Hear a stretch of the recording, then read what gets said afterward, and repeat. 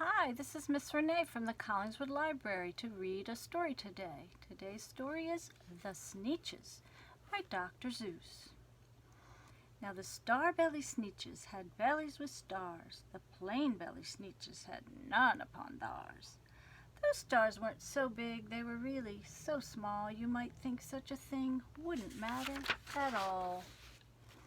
But because they had stars, all the star-belly Sneetches would brag, "We're the best kind of Sneetch on the beaches." With their snoots in the air, they would sniff and they'd snort, "We'll have nothing to do with the plain-belly sort." And whenever they met some when they were out walking, they'd hike right on past them without even talking. When the star-belly children went out to play ball, could a plain-belly get in the game? Not at all. You only could play if your bellies had stars, and the plain-belly children had none upon theirs.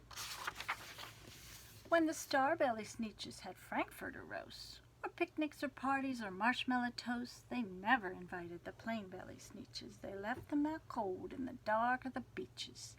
They kept them away, never let them come near, and that's how they treated them year after year. Then one day, it seems, while the plain-belly Sneetches were moping and doping alone on the beaches, just sitting there wishing their bellies had stars, a stranger zipped up in the strangest of cars.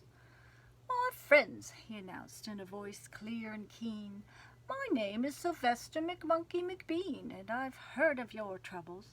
I've heard you're unhappy, but I can fix that. I'm the fix-it-up chappie. I've come here to help you. I have what you need, and my prices are low, and I work at great speed, and my work is 100% guaranteed." Then quickly Sylvester McMonkey McBean put together a very peculiar machine, and he said, "You want stars like a star-belly Sneetch? My friends, you can have them for $3 each. Just pay me my money and hop right aboard." So they clambered inside. Then the big machine roared, and it clunked, and it bonked, and it jerked, and it barked, and it bopped them about. But the thing really worked.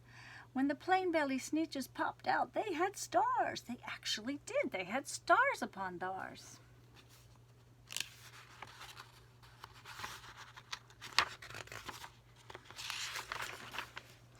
Then they yelled at the ones who had stars at the start, "We're exactly like you. You can't tell us apart.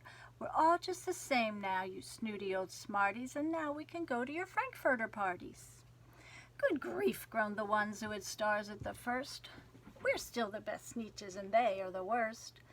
But now how in the world will we know," they all frowned, "if which kind is what, or the other way around?" Then up came McBean with a very sly wink, and he said, "Things are not quite as bad as you think. So you don't know who's who. That is perfectly true. But come with me, friends. Do you know what I'll do? I'll make you again the best Sneetches on beaches, and all it will cost you is $10 eaches." "Belly stars are no longer in style," said McBean. "What you need is a trip through my star-off machine. This wondrous contraption will take off your stars so you won't look like Sneetches who have them on theirs." And that handy machine, working very precisely, removed all the stars from their tummies quite nicely. Then, with snoots in the air, they paraded about, and they opened their beaks, and they let out a shout. "We know who is who, now there isn't a doubt. The best kinds of Sneetches are Sneetches without." Then, of course, those with stars all got frightfully mad. To be wearing a star now was frightfully bad. Then, of course, old Sylvester McMonkey McBean invited them into his star-off machine. Then, of course, from then on, as you probably guessed, things really got into a horrible mess. All the rest of that day on those wild, screaming beaches, the fix-it-up chappie kept fixing up Sneetches. Off again, on again, in again, out again. Through the machines they raced round and about again, changing their stars every minute or two. They kept paying money. They kept running through until neither the plane nor the star-bellies knew whether this one was that one or that one was this one or which one was what one or what one was who. Then when every last cent of their money was spent, the fix-it-up chappie packed up and he went. And he laughed as he drove in his car up the beach. They never will learn. No, you can't teach a Sneetch. But McBean was quite wrong. I'm quite happy to say that the Sneetches got really quite smart on that day. The day they decided that Sneetches are Sneetches, and no kind of Sneetches but best on the beaches. And that day all the Sneetches forgot about stars and whether they had one or not upon theirs.